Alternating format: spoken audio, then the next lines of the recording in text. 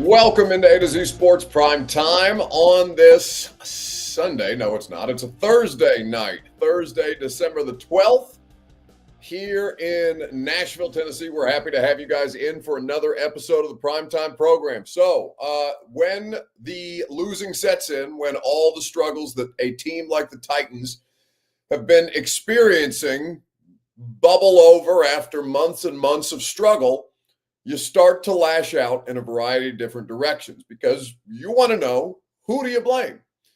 Well, you've got the coach who speaks the most frequently at press conferences, talking about how his vision for the team is undeterred despite the losing and how surprised he is that this has gone the way that it's gone. And he speaks to the media, Sunday, Monday, Wednesday, Thursday, Friday, 5 days a week is Brian Callahan in front of people on an island by himself, fielding questions about why this football team sucks.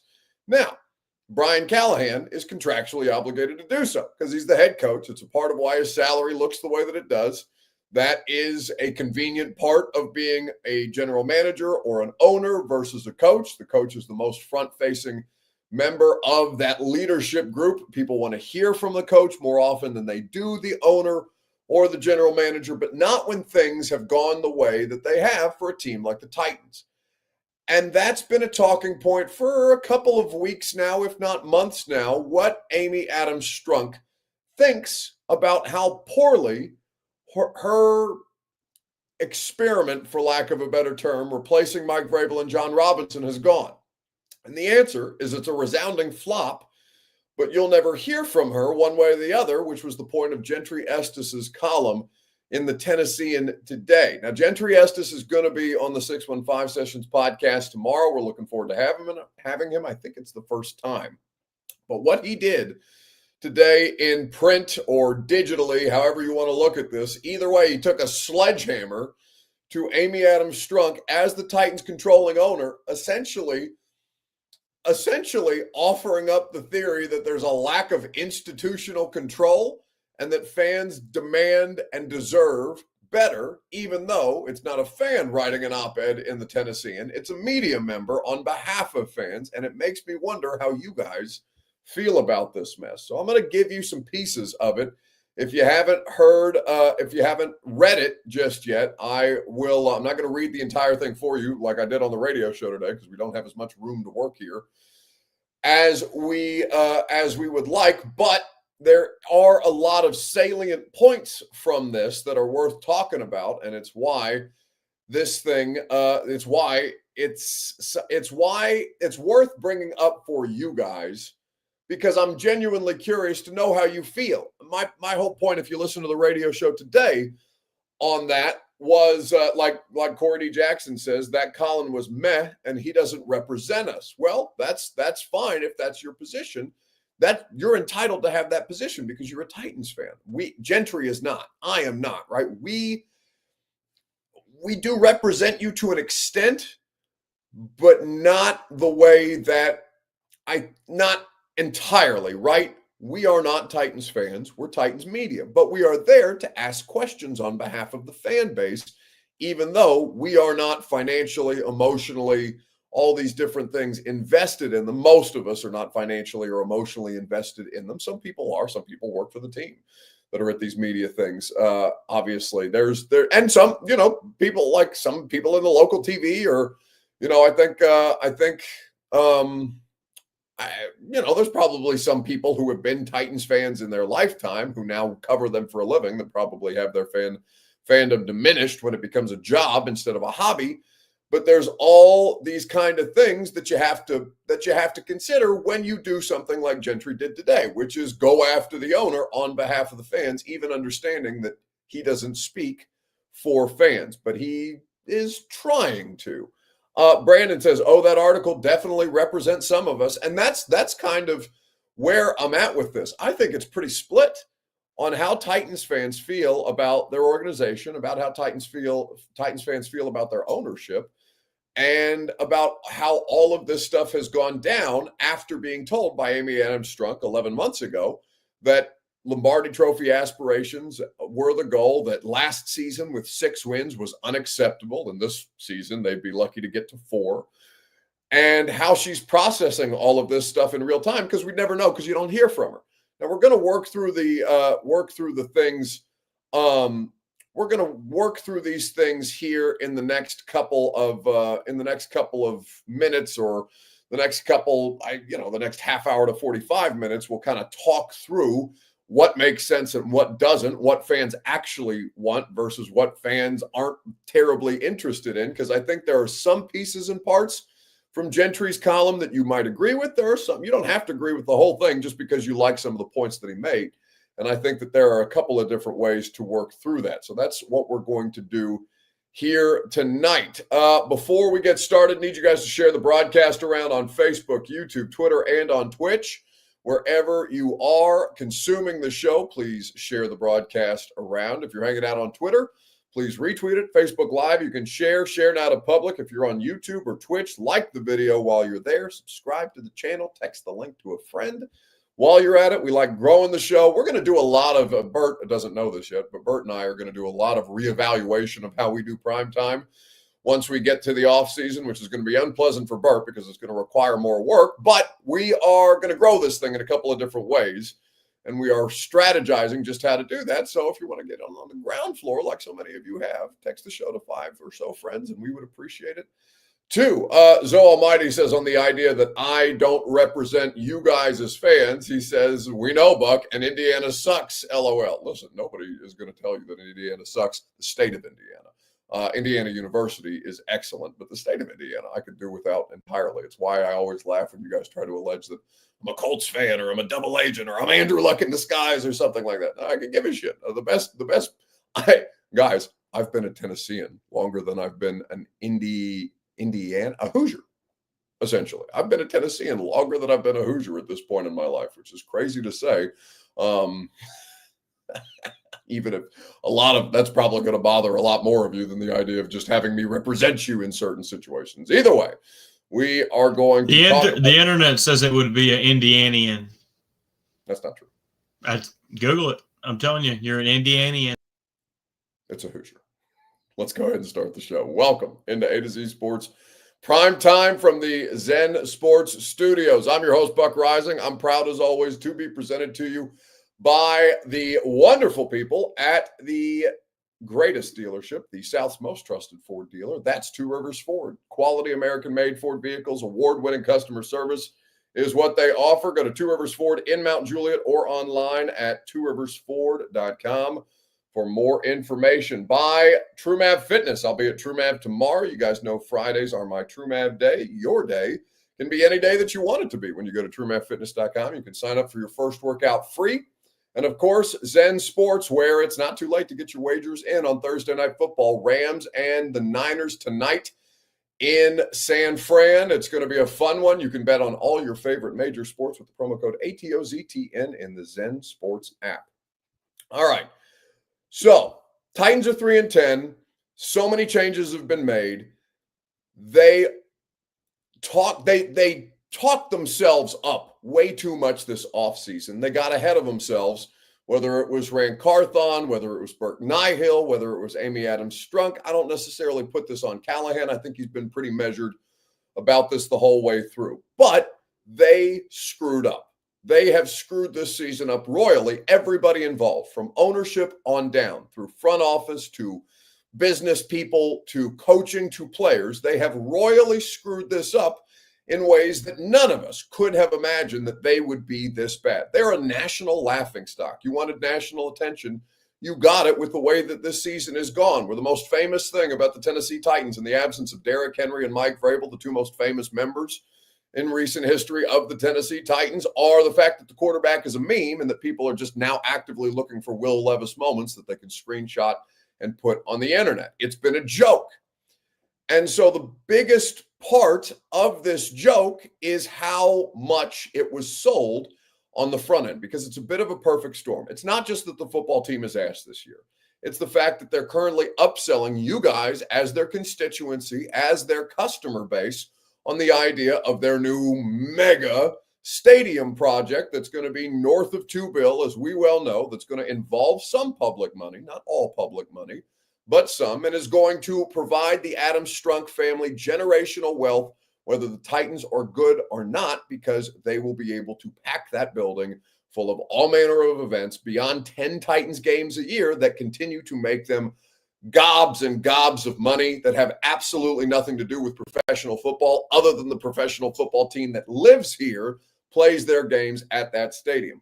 It's the crown jewel of any NFL owner's trajectory in their life. I would argue getting a stadium built, especially with public money, is more financially profitable. And I'm sure there are numbers to back this up. I haven't done specifically that research, nor do I have access to an NFL team's books like that to go through all their accounting.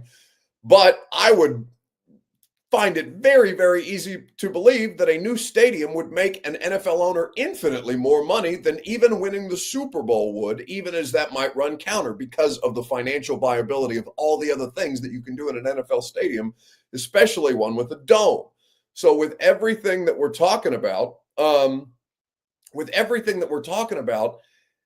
Amy Adams Strunk already got the thing that her heart most desires, even if she still is saying that the next thing on the list is to win a championship. And that she may well mean that. I believe that she genuinely cares about the trajectory of this football team. I believe that she wants what's in the best interest of this football team and you guys. And I believe that she wants to be the first pro sports team owner in the state of Tennessee to win a pro sports championship here, because that's never been done in the state of Tennessee. Grizzlies, Predators, or Titans, none of the three have achieved national championship status. So I believe that's very, very much what she wants. But you would never know that because you never hear her speak, other than in prepared remarks where she doesn't take questions from the media and she doesn't have to be accountable for any of this stuff. So the question that I'm going to ask you is this: Facebook, YouTube, Twitter, and Twitch. It's your Two Rivers Ford take in the comment section. Facebook, I just named all those places so you know where to go to comment. Your Two Rivers Ford take is made possible by Two Rivers Ford, the South's most trusted Ford dealer. And your Two Rivers Ford take is this: should you, as Titans fans, demand better from Amy Adams Strunk as an owner, and why?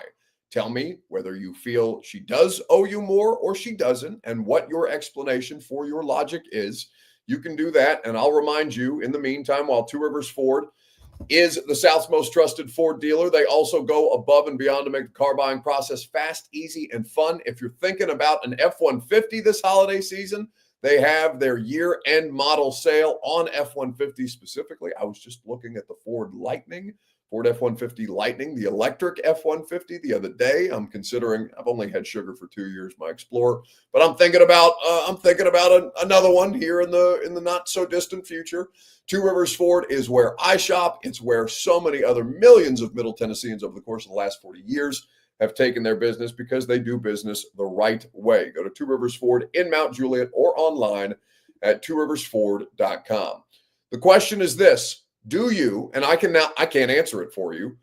I can give you my opinion on it, but I'm not a Titans fan, so you have to tell me how you feel.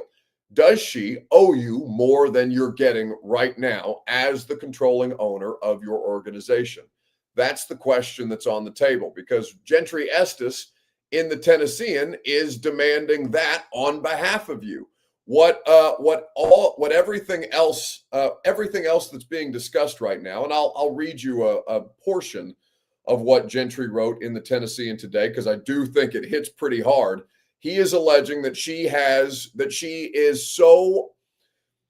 too busy for you, essentially, that the lack of access that you have to her via media settings, like genuine media settings, not an employee situation where Mike Keith, who is an employee of the team, is interviewing her with prepared questions. And Mike is excellent. Mike would do as good a job interviewing her if he wasn't a team employee as he did, because he is. That's all well and good. But the point is to take her out of a sanitized environment and put her in front of people that want to ask her questions in a less than comfortable setting. I don't think it's the end of the world, but I understand why most people wouldn't want to do it. This is what Gentry Estes, and I'll read you the second half of this column, because to read the full thing is about 10 minutes. You asked Carthon, Robinson's replacement, to collaborate with Vrabel, who advised hiring against him as GM in the first place.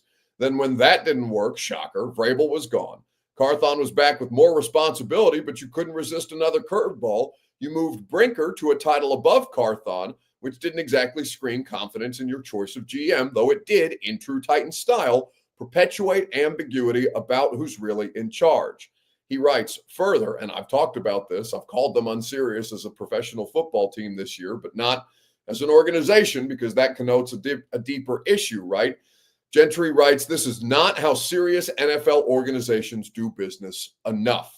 Enough of the Titans blaming seasons, enough of the lack of public transparency, enough of treating the fan base as if its continued loyalty isn't worth your time. It's not too much for your fans to expect to hear from the team's owner more than once a year, and only when you fired someone important. But you are the Titans owner. You can do whatever you want. You can clean house this offseason and then send quarterback Will Levis out to the podium to face the media's questions about the purge.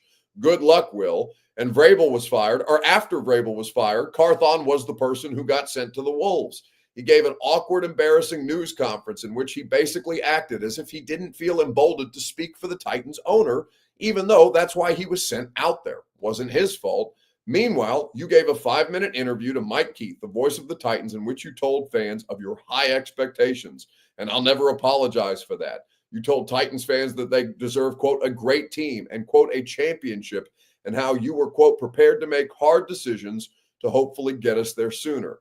And of last season's 6-11 finish, you deemed that, quote, unacceptable. Okay, obvious question, Gentry writes. If that was unacceptable, what has this season been?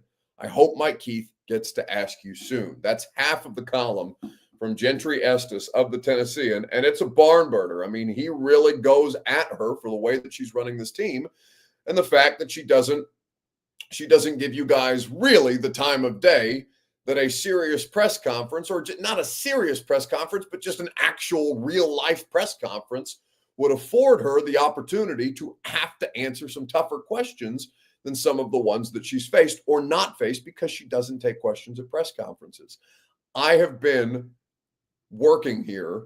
I've lived here for 10 years. I've covered this team for 8. The entire time that I've covered the team, Amy Adams has been the controlling owner. My first year was Marcus Mariota's rookie year. My first year was Amy Adams-Strunk's first year in that controlling ownership role after the league demanded that they name a controlling ownership figure. In 8 years, she's never given a press conference where she takes questions. And while that matters to me as a media person, I don't know how much it matters to you. The only way that you can actually get her to do something in this situation is to start costing her money. And I don't know how far you guys are prepared to go with that, even though this year's product is terrible. But for my JQ says, sounds like his Cheerios are full of piss. Yeah, all of ours are, because we're tired of this shit too. The football sucks, man. Like, it's not just, you don't have to be a fan to look at this product and say, yeah, this is trash, do better. That's my whole thing with this. I saw a comment earlier. I saw a comment earlier about, why would you be media and not be a fan or something like that, something to that effect. And everybody's probably got a different answer to that in some way, shape, or form. But, for me, this is something that I think it's important to have some level of separation between church and state. Now, do owners give press conferences? Capel says, what other owner does this? Do we ever see the Chiefs owner talking? Do you hear the Rooneys talking on a regular basis? No, you are absolutely correct. They do not. The only owners who give regularly scheduled or semi-regularly scheduled press conferences are who? Jerry Jones and Jim Irsay. And I promise you that Cowboys fans and Colts fans don't feel better about their franchise when Jim Irsay or Jerry Jones gets out there and says something too far. And it happens a lot. And Jerry's comfortable with it because it's good for business. Amy doesn't like public speaking. That's why she has prepared comments. That's why she reads directly from the page. From my understanding, it makes her deeply uncomfortable. And I get that. It's a tough spot to be in. But it's not so tough that you shouldn't be able to handle that situation. And Jerry and Irsay, while they do take questions on a semi-regular basis, that's for the business model of things. The people that you're citing, the Chiefs owners win Super Bowls. Who gives a shit what the Chiefs owners have to say as long as your team wins? The Roonies own the Pittsburgh Steelers.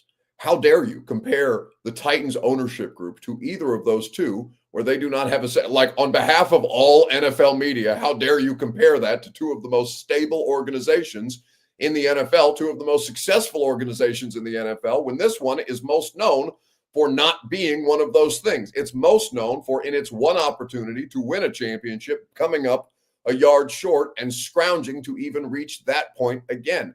That you are not the Chiefs or the Steelers.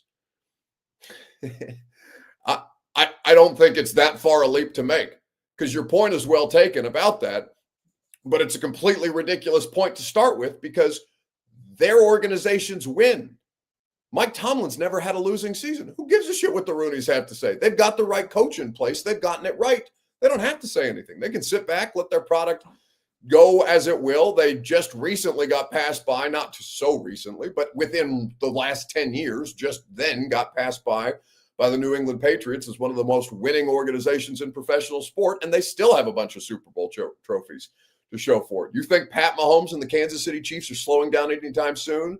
You think that the Chiefs ownership, what is it? It's Hunt, right? It's Lamar Hunt. That family, not Lamar Hunt. Lamar Hunt is who the trophy is named for, but the owners are the descendants of Lamar Hunt, who the AFC Championship trophy is named for. You think that they're going after the Hunt family about why the Chiefs offense doesn't produce explosive plays anymore? No, they don't give a shit because they know they're going back to the Super Bowl, or at least the AFC Championship in all likelihood. What he said, and he follows up, I'm not comparing. I'm saying, what owners besides the two idiot owners out here talking, but you want our owner to talk? Yeah, because the football team is terrible. It's terrible. And somebody has to answer for that beyond the coach who's getting left out to dry, hung out to dry. I think Brian Callahan's getting a raw deal. I think that Mike Vrabel probably got a raw deal. I think that those two individuals and everybody who gets put in that position has to eat a lot of shit for their bosses when they absolutely should not have to. Now, does it matter what I think about that situation? No, because it's her plaything. It's her toy, this NFL organization. That's what these are. These are billionaire playthings, and she gets to make whatever decision she wants about it, and we can all kick rocks for all she cares. And that's basically the approach that's been taken. But if you actually want the love, the respect, and the credibility that being accountable would give you in this situation, then I think that you should want to regularly have some level of outreach with your fan base that's not, watching from your tower on high as your football team flounders about, barely getting to 3 wins on the season. It's, to me, it's a tough look. Now, that's easy for me to say because my favorite sports team, the only sports team that I care about as a fan, is Indiana basketball, and that's an athletic director that has to answer questions, not an owner, right? I'm not out here after a university president or a billionaire owner about the basketball team that I love, because that's not what it is. The billionaires are funding my basketball team and unfortunately not making it much better with the NIL money, though they did give them a shit ton to spend and they haven't been able to improve upon it. So I understand that from my perspective, I'm looking at this without an actual reference for my fandom. But what I see from you guys is complete and total discontent. I mean, you guys are miserable in your fandom right now. And I honestly, here's the biggest reason why I think she won't do it. Not because she doesn't need to, or not because she may not necessarily be the best at it, but because I don't know that you would feel better about it if she did. In fact, there's a far greater percentage chance that you feel worse about Amy Adams Strunk as controlling owner if she gets in a press conference setting and it doesn't go exactly the way that you want it to go, or she doesn't say the comforting things that you want to hear her say, or she doesn't get up there with a mea culpa and say, you know what, my bad, guys, I screwed up these hires. Let me just do it over for you because this was on me. This was my bad. No, that's not what I expect to happen at all. There's a way higher percentage chance that you come away feeling worse about her in a press conference setting if she was to hold court that way. And I just don't, I think there are so many reasons for her not to do it, that out from her perspective, from a personal perspective, I think from the fan perspective, she should absolutely do it. But from her perspective, there are 1,000,001 reasons why it makes absolutely no sense to do. And I'm cognizant of that. So the question is, your Two Rivers Ford take, Facebook, YouTube, Twitter, and Twitch. What do you deserve better as a fan base from Amy Adams Strunk? And I can't answer that question for you. All I'm saying is, if you don't feel like you are owed more, because I see some of you saying Amy doesn't owe us any explanation. She hired folks to make a competitive team and they have failed miserably, and that's not her fault. She hired and trusted those that she hired. Yes, I completely understand that logic, but it's still her product at the end of the day, and it's a product that she's asking you to spend infinitely more money for. So yes, she does owe you an explanation. And I don't think that your standard should be so low that you're just saying, oh, well, what can she do about the product on the field? No, I get that. I get that. But it's compounded with the idea that the people, the most loyal people among you for her product, are being upcharged significantly for a football team that's terrible. And it may not be terrible when the team is on the field in 2027, and she may fire everybody just for the sake of change in 2027 and give you a reason to get excited about Titans football again. But the thing that they are doing with the stadium, compounded by how bad the product is why I think she owes you a greater explanation, because she's asking for significantly more of your money. And if you are willing to ignore that and the money doesn't bother you, and like I said, that's your decision to make. I don't spend money on this thing. I don't pay for parking. I don't pay for food. I don't pay for my tickets. I get paid to go to NFL games, to go to these things, to cover these things for a living. This is what I do. So I can't tell you how upset you should be or not upset you are about how much money you're invested. But if you don't think this person owes you an explanation for why the product is so bad, when the money is going to go through the roof and she's already making it hand over fist on the new stadium before it even opens, then I think that's a pretty low bar. And I think that I personally, my perspective would be, I think you need to have higher standards for your organization than that. That's what it is. So anyway, William Jones says the food is shit at Nissan Stadium as well. I know I cheated not last home game, the home game before. I can't remember what it was. Maybe Vikings. I texted Nick Bishop Jr., who is the co-owner of Hattie B's, and I said, "Can I just go down to the Hattie B's and go pick up a carry-out order?" And Nick hooked me up, so I appreciate that. So I didn't have to eat the terrible press box food. Hattie B's always is excellent. They do not sponsor us here, so I won't give them much extra love, but they are my radio show sugar mama, and I appreciate them very, very much. And also, their food is better than what the stadium has. I think that there are a lot of different ways that people will process this. And again, your opinion is not wrong. There's no one opinion here. There's no one position here that's wrong or right. I'm just curious to know how you guys feel about it, because I can only process it how I think I would feel, not how you guys actually feel, which is why I defer to you in these situations. Apparently Ann Herndon is preaching and I haven't been able to, okay, let's see. AAS is a bank. I want Levis responsible for missing open wide receivers. I want Callie being held responsible for weird goal line play calling. I want Rand to be responsible for not drafting receivers. All completely fair. You can have that same level of responsibility for all the parts and pieces involved and acknowledge that Amy is not just a bank, because she put out a statement saying that these were the right people to lead them forward, that were going to improve the product, and she specifically backed that quarterback in her statement. I'm not saying that she can make Will Levis better just by believing in him.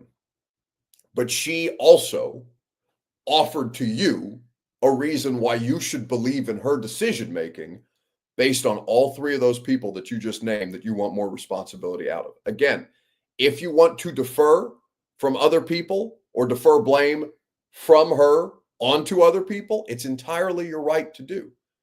But you have to acknowledge first and foremost, you must acknowledge first and foremost that she sold you on those people before she put them in position to do what they have done, or have, more importantly, not done this year. And that, at the end of the day, is why the product looks the way that it does. Will Levis needs to be better. Brian Callahan needs to be better. Rand Carthon needs to be better. And Amy Adams Strunk also should not have gone above and beyond to try and pitch them to you the way that she clearly did the entire time, and the way that she's supposed to. That's her job. Like, her job is to sell you on why this would work. And I have no doubt that she believed it. And now it hasn't worked. And I don't know that it looks like a mistake just yet, but it's It's never been worse since Ken Wisenhunt was in charge. It's never been worse under her guidance. And I think at a certain point, the 3 straight losing seasons now, and arguably the worst stretch in the history of the franchise dating back to 1959, because they have never, since 1959, since the Houston Oilers Tennessee Titans organization was founded, they've never had 3 seasons back to back to back this way that they've gotten progressively worse. It is going to be the worst run of Titans football ever. That's what it's trending towards anyway. I mean, they could win out and make me eat it and end up with a better record than Vrabel did last year. But it doesn't feel like they're going to be able to do that. So there's a lot of this stuff that ultimately still lands at her feet, even if she's not out there throwing the passes or picking the players or calling the plays on Sunday. That's what it is. So on to the next question. The question that I would ask you is, how would you grade Amy Adams Strunk's tenure as controlling owner? Because this is really the first time that you guys have hit a rocky patch with her where she is the focal point of a good deal of failure. So I'd be curious to know, A through F, how you would grade her tenure in this role over the course of these last 8 seasons, 9 seasons. You guys can do that. I'll remind you that the Primetime program was made possible by the Ashton Real Estate Group of RE/MAX Advantage. Go to GaryAshton.com. Get your dream address without the stress. Get the intel edge you need to succeed at GaryAshton.com. Okay, so how would you grade Amy Adams Strunk A through F as the Titans controlling owner? So that's 2015. A 3-win season. That is 2016. They go 9-7. Another 9-7 in 17. They make the playoffs. They win the first playoff game in 15 years. Then Vrabel comes in. Another 9-7. Another 9-7. They then have 11 wins, 12 wins. They go to the AFC Championship game in that stretch. They are the number 1 overall seed in that stretch. They also produced in 2020, the historically best offense in 26 years of Titans football during that stretch, but they don't achieve the ultimate goal. They don't make it to the Super Bowl. They don't win an AFC title in that span. They come up just short after blowing a 10-point lead to Patrick Mahomes in Kansas City. So since then, it's gone 7 wins and giving away the playoff berth to the Jacksonville Jaguars in Week 18. 6 wins and clearing house on the coach and GM. Well, the GM was already gone, but the coach and GM tandem that she had in place, bringing in this group who's only won 3 games and looking like they may struggle to win a 4th, given the way that the rest of the schedule looks and who already they've lost to this year beyond the Texans, who are still one of the teams left on their schedule. And it would be tough for me to imagine that you would beat the Texans twice, given how bad this football team looks. But you are, Corey Prowell does this correctly, 78 and 82 overall, so slightly under 500, 3-4 in the playoffs, gets a C-. I said, John Vargas comments on Facebook, I said C+ because she has let a lot happen to bring us down. Yeah, you can take it in both parts. They were very successful on the front end, and they've been significantly less successful on the back end, now trending towards being one of the worst franchises, or one of the worst teams, not one of the worst franchises, but one of the worst teams in football. She cleaned house then when she had to. Yeah, I don't disagree. I don't think necessarily that you can dispute the changes that she made, but you can dispute the decisions that she made after making those changes. If I graded her solely on the uniform she chose, it's an F. I hate our uniform. I don't mind them. I think the old ones look dopey. The only ones that are good are the Oilers ones. There's not a lot of great NFL uniforms, if I'm being honest with you. I'm not a huge uniform guy, but that's what it is. Ann Herndon says, if a man did that as GM, y'all wouldn't be giving her a C. That's probably true. F+ for Leonard Shannon on Facebook Live. B+ or minus, says Edward Hayford. Corey D. Jackson says a solid B. Trey on YouTube says a C. So with everything there that we've covered, I think it would be tough. I think it would be tough to give her anything higher than a C+. I think she pulled this thing out of the basement, and she did well to do that. She's invested in it to an extent, though there could always be more financial investment. I don't think that it's unfair to ask, just because she's done some doesn't mean that she can't do more. And the stadium is part of that. The stadium is an investment in the city of Nashville, and that matters, even if that stadium will not be primarily for Titans fans. It's primarily going to be for everybody else that she's getting ready to invite to use her stadium and to pay her to use her stadium so that she can make more money off more things than just the Titans. Since then, I think that she gets a mark off for me for not being willing, for being emotional about not wanting to trade Derrick Henry last year. I think that to let Derrick walk just for the emotional send-off that they got was nice, but it doesn't mean as much right now as a fourth-round draft pick would, and that is a big mark for a team that desperately needs personnel help and desperately needs to get it right in the draft process and desperately needs as many opportunities to get it right in the draft process as this team does. I personally think that Vrabel got a raw deal. I think that Callahan is also getting a raw deal.